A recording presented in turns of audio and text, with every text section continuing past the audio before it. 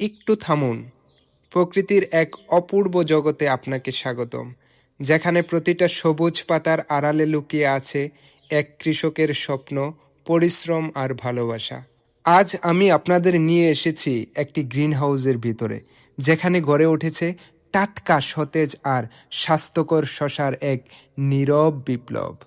এই শশাগুলো শুধু একটি ফসল নয়, এগুলো কৃষকের ঘাম, যত্ন আর দিনের পর দিন নিরলস পরিশ্রমের ফল।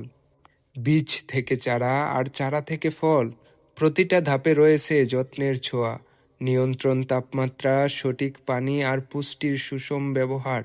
গ্রিনহাউসের এই নিয়ন্ত্রণ পরিবেশটা প্রকৃতির সাথে মানুষের এক অপূর্ব সমন্বয়, যেখানে প্রতিটা গাছ পায় নিরাপদ আশ্রয় আর প্রতিটা ফল পায় নিখুঁত বিকাশের সুযোগ। একজন কৃষক এখানে শুধু চাষ করেন না, তিনি গড়ে তোলেন ভবিষ্যৎ, নিশ্চিত করেন নিরাপদ খাদ্য। এই যে আপনি শসাটা দেখছেন, এটা হয়তো বা আপনার খাবারের টেবিলে পৌঁছাবে, কিন্তু এর পেছনের গল্পটা জানলে আপনি একে নতুন চোখে দেখবেন। তাই ভিডিওটা শেষ পর্যন্ত দেখুন আর অনুভব করুন কিভাবে একটি ছোট্ট বীজ থেকে শুরু হয় জীবনের এক সবুজ যাত্রা।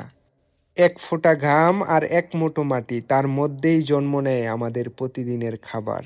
আপনি যখন একটা সতেজ শশা খান, একবার ভেবে দেখেছেন কি তার পেছনে কতটা ভালোবাসা মিশে আছে? প্রকৃতি আর পরিশ্রম মিলেই তৈরি হয় গ্রিনহাউসের এই নিঃশব্দ জাদু। কৃষক শুধু এখানে চাষ করেন না, তিনি আমাদের জীবনের প্রতিটা খাবারের নিরাপত্তা গড়ে তোলেন। তাই একটা কথা বলা যায়, যে হাতে মাটি লেগে থাকে সেই হাতই আমাদের জীবনকে সবুজ রাখে। চোখে যা সবুজ লাগে, এর ভেতরে লুকিয়ে আছে হাজারো শ্রমের রং। এই যে সবুজ পাতার ভিতরে আপনি যা দেখলেন, তা শুধু একটি চাষাবাদ নয়, এটি একটি মানুষের আত্মশক্তির গল্প, যেখানে কখনো হার মানতে শিখেনি।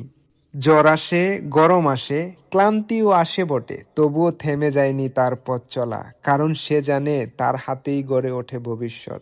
প্রতিটা ফোঁটা ঘাম এখানে এক একটা প্রার্থনা, প্রতিটা ফল এক একটা জয়ের প্রতীক। কৃষক মানে একটা পেশা নয়, এটা একটা সাহস, এটা ধৈর্য, এটা অদম্য এক আত্মবিশ্বাস। আমরা যদি আত্মশক্তিকে সম্মান করি, তাহলে বদলে যাবে আমাদের দৃষ্টিভঙ্গি আর গড়ে উঠবে একটি আরো সুন্দর আগামী।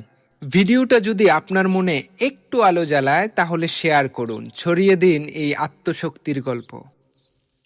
কৃষকের প্রতি শ্রদ্ধা, আত্মশক্তির প্রতি ভালোবাসা, এই বার্তা থাকুক সবার হৃদয়ে। আবারও দেখা হবে নতুন কোনো অনুপ্রেরণার গল্পে, ইনশাআল্লাহ। সবাই ভালো থাকবেন, সুস্থ থাকবেন, সবার দীর্ঘায়ু কামনা করে আজকের মতো গ্রিন হাউসের ভিতর থেকে বিদায় নিলাম। আল্লাহ হাফেজ।